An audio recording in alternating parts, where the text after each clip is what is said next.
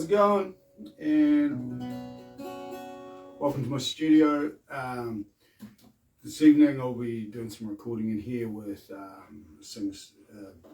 recording artist Dars, recording some of his new songs that I've composed for him.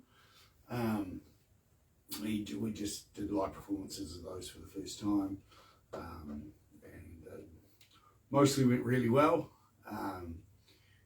And the Road Dogs did a live performance, probably my first full electric show of original material in 10 years or more, quite a bit more. And it was really nice,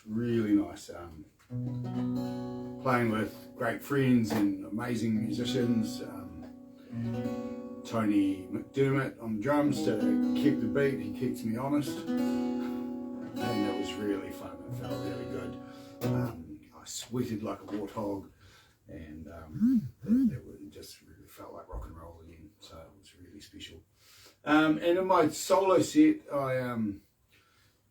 sometimes you got special songs, and sometimes if they go wrong slightly live, they'll hinder you for a little bit. You'll be like, oh, I don't know if I could do that one because it was rough, because that happened with the song Dreams. For a few years I really didn't want to play it because I wasn't in a good place for it, and I took a mindset with me on it. So today, instead of that mindset over a song that gave me a bit of grief live, I think it would be okay anyway, but I'm making sure that it's not being carried with me in a bad way, because it's a beautiful song. This is called How Could I Forget? And as you might know if you watch some of the Songpoets Corner things that I run on education for songwriters, there are different periods in your career that you consider the peak moments in your career. You write excessively and write some of your best stuff. And the lyrics to the song came from one of those, and I thought, wow, I'm in one of those phases now. Let's see what I can do with these lyrics that were left behind that I knew had something special. I don't even think I really changed anything about the lyrics, but I added this cool new tuning.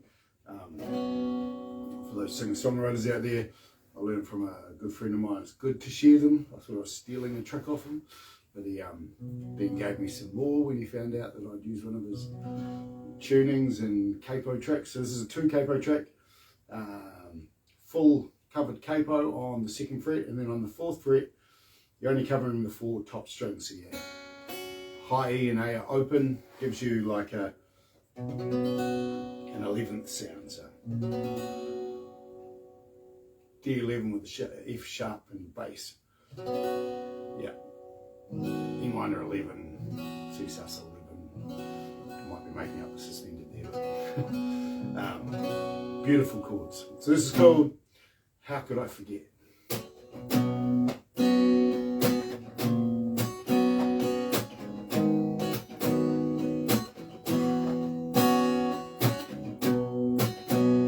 Your silky white blouse still draped across my fretboard, a picture I just can't let go of.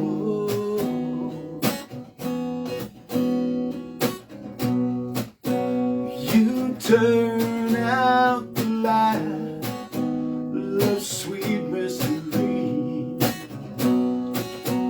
Give me one more chance and I'll light up your world. Oh, how could I forget? 3 a.m. tap on my window, taste of red wine and sound of the ocean. How could I forget? 3 a.m. tap on my window, a remnant of you still dances through my dreams.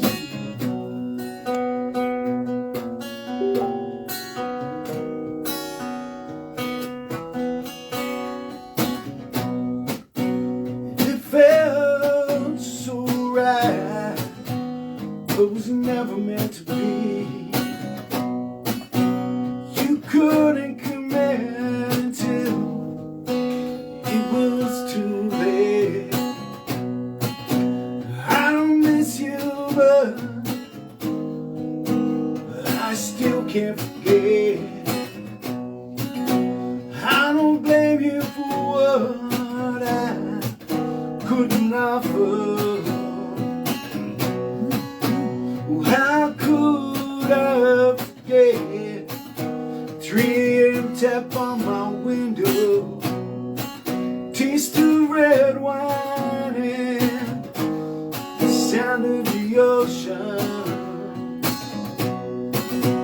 How could I forget?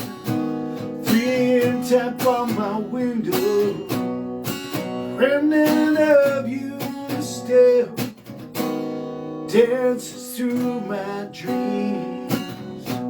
The drunken kiss was but a lie. The declaration you never made.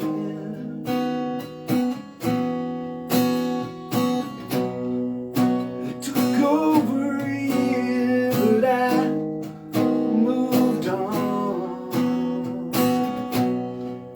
I never dreamt that you were waiting for something. Oh, how could I forget? 3 a.m. tap on my window, taste of red wine and the sound of the ocean. How could I forget? 3 a.m. tap on my window, remnant of you still dances through my dreams.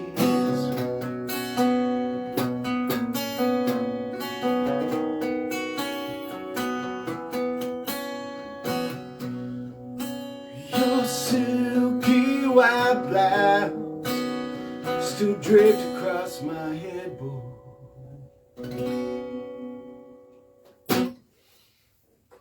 Cool, I hope you enjoyed that. I heard some buzzing, but I can't see the comments. The camera's a mile away from me. And on my screen I've got some reminders of how the song goes. So I don't know what else to do for you. I want to do two. Let me have a look. Let me do that. Okay, I've done this before on a live stream, but it's a special little song.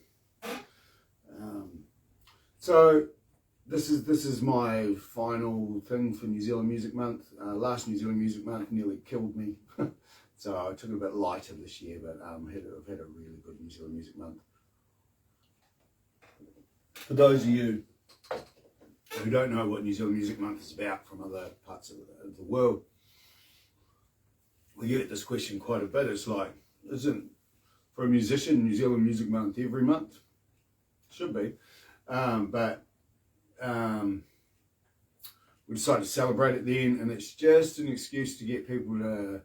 There are people that don't come out to gigs all the time that do love the music, and this is a chance where we make it something special in the celebration. And they come, a few more people come out, and there's a few more marketing opportunities through government funding and things like that through the amazing New Zealand Music Commission, who also do lots of education stuff during this month, and it's quite special. And there's lots of events put on, like the Nook and Cream Music Festival that I played at the beginning of the month.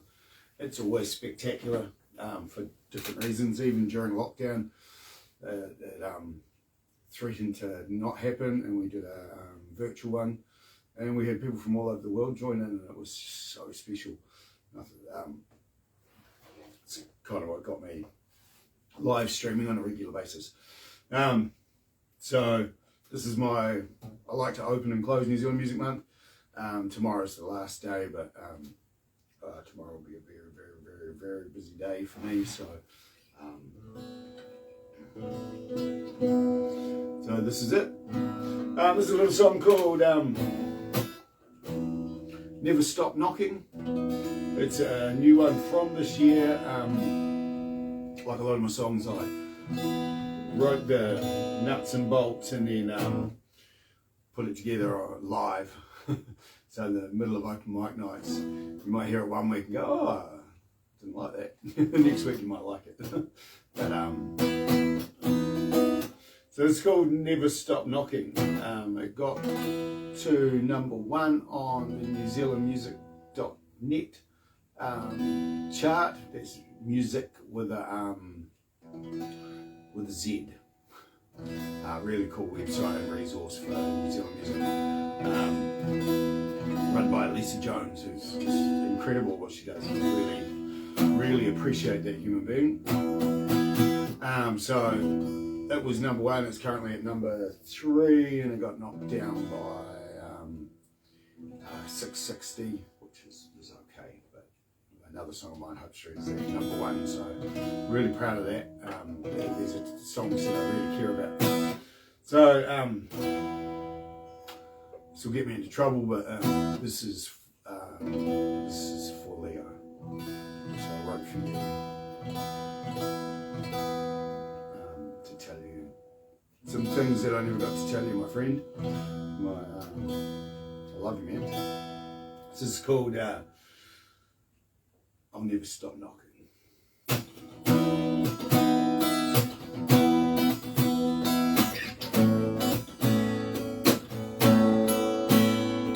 Sometimes you got a place to run when there's deeper stories yet to be told. I'm not always right, I'm not always wrong. And the great disruptor, I don't do this just for me, I do this for the you. The one day you will be.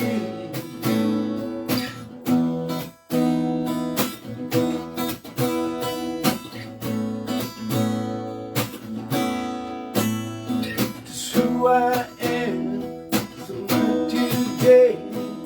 Just the new you, you need to go away. Just who I am now, just to drive you insane. Or did you just need someone to blame? But I'll never stop knocking on the door of your heart. I'll never stop knocking. I've seen mountains move. I'll never stop knocking on the door of your heart. I'll never stop knocking. I'll never stop.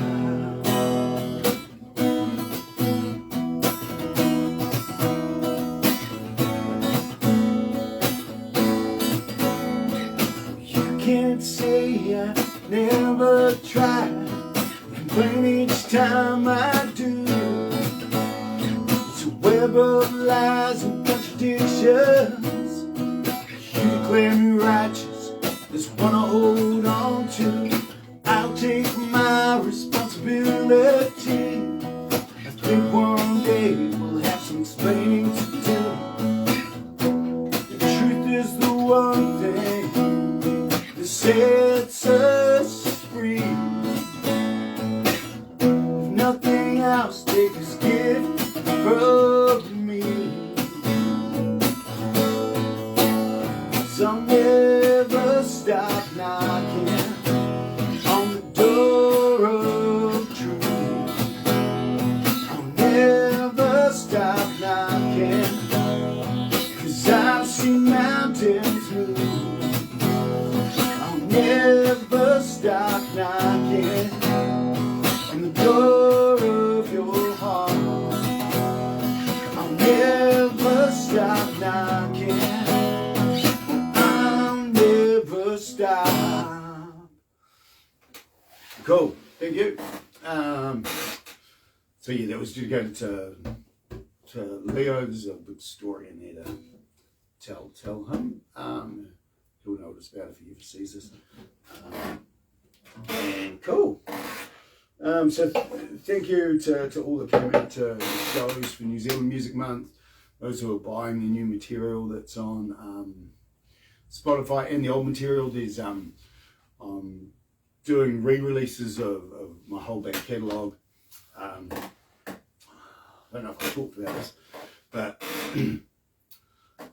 I fought Spotify for a long time. Not that they knew I existed. And I just, it was like, I think that the whole system of music and how people make money, including the huge rock stars, right down to us indie artists, that it's just absolute extortion and highway robbery, the money that they make out of our material. And yes, the platform is amazing. That's why I gave in. So I'm willing to admit where I'm wrong, but I still think it's extortion. And that's okay. I appreciate what I've paid to be on there and the money I get from that. I appreciate it. I appreciate it from the people that have actually paid that money and are enjoying the material. I just want it out there. I want people to hear what I've done for the last 25 years or something. So year 2000 I released my first album called One True Thing with an amazing rock and roll band called The Rebels. A lot of them are still out there. There's the two Rebelettes, we called them, which was a really stupid thing to call them, because they were amazing and they should have been front and centre, and they proved it. They're out there doing amazing things. In some cases they just sung some harmonies or played some congas on my stuff, and then they just launched into their own, and they're superstars. Kath B and Mel Parsons, thank you for what you did on stages with me, and wow, your success is amazing. So proud of you both. And all the Rebels for all they've done with their lives. Summer Still Music, Louis Bragg is relentless, if not more relentless than me. Yeah, he's doing amazing stuff, and he sounds better than ever before. So that was my first album in 2000, and I was writing and trying to record some stuff before that for 3 or 4 years, the recording side of things. But so my first album came out on a cassette tape, which I think my mother still has a copy of. And so, you know, times have changed, and I refused to change with some of those times because of the extortion. I'd have rather have been on some of those sites that did look after us as artists, and we still made no money out of. But you know, people are used to Spotify as like having a TV show that's not on television, and that's what I put myself into a corner of. So I might have been right, might have been wrong, might still be wrong. But you know, I really appreciate that a wee while ago I had a lot of monthly listeners. As each new re-release of old albums comes out, I reach about 400 monthly listeners thereabouts, and then sort of about 100 and something. But there's been thousands of views of these songs, so I know people are hearing them that way, and on YouTube and Bandcamp and just I use Reverb Nation, all those aggregators, Tidal, all of the amazing places. So I'm really grateful for that. A little project I was in love with was Cool Life Crisis as an album, and it came out Saturday night at midnight. And so go and have a look at that. That's definitely, if you like my acoustic stuff, have a look, you might really like it. It's definitely the rockier side of my love of music. So if you liked any of my hard rock periods or bluesy periods, that's the album, that's the business. So in that case, so I'd like to do a shout out for the people that were involved in the hard rock side of my career, bluesy side, the Rebels, obviously. After that was an amazing band called Stark Raven, a very different edge to what I did, and I learned a lot from those men. I was still a boy in that band, so I had a lot to put up with. And then I went on to form a couple of other rock bands, Commercial 500 and Dust and Bones, and I learned a lot from everybody I ever worked with there. And yeah, so go and check out the stuff. There's still, over the next 2 months, there's a couple of other albums coming out with back catalogue stuff. I've got a couple of bonus things packed in there of old, newer stuff. And from there on, I'll be working on solely new material that, as I write, I'll produce and release as I'm really happy with them. Thank you to everyone that follows this channel and goes on streams on Spotify and YouTube and the like. I really appreciate that you get any enjoyment out of this. This has been a lifelong craft in music, and I still love what I do. That's why I teach, and I'm watching and have even just the smallest involvement in any artists that go on to do the same sort of thing. It just really brings joy into my life. In that case, so artists that are going on, check out Mr. Ethan Downing, who's out there. He's just amazing. I obviously taught him and must have inspired him somewhere along the line. And he inspired me back. He's that good. I had a small involvement with an artist called Eddie Denham. Check him out on Spotify and stuff. He's a very good songwriter. He came to me for some vocal classes at one point. He wanted to get way better before he went into the studio, and he did get better. He was amazing. He had a great voice at the moment he arrived, so he's worth looking at. Castaway in Christchurch, one of my ace students, as it were, Joe Martin, he's in that band. Check them out. A current project I'm working with is Daz, who's got one of the most amazing voices in crafts that I've come across. He's a very talented, charismatic dude. So we'll finish off his first 2 singles tonight, and they'll be released in due course. I'll let you know when they're released.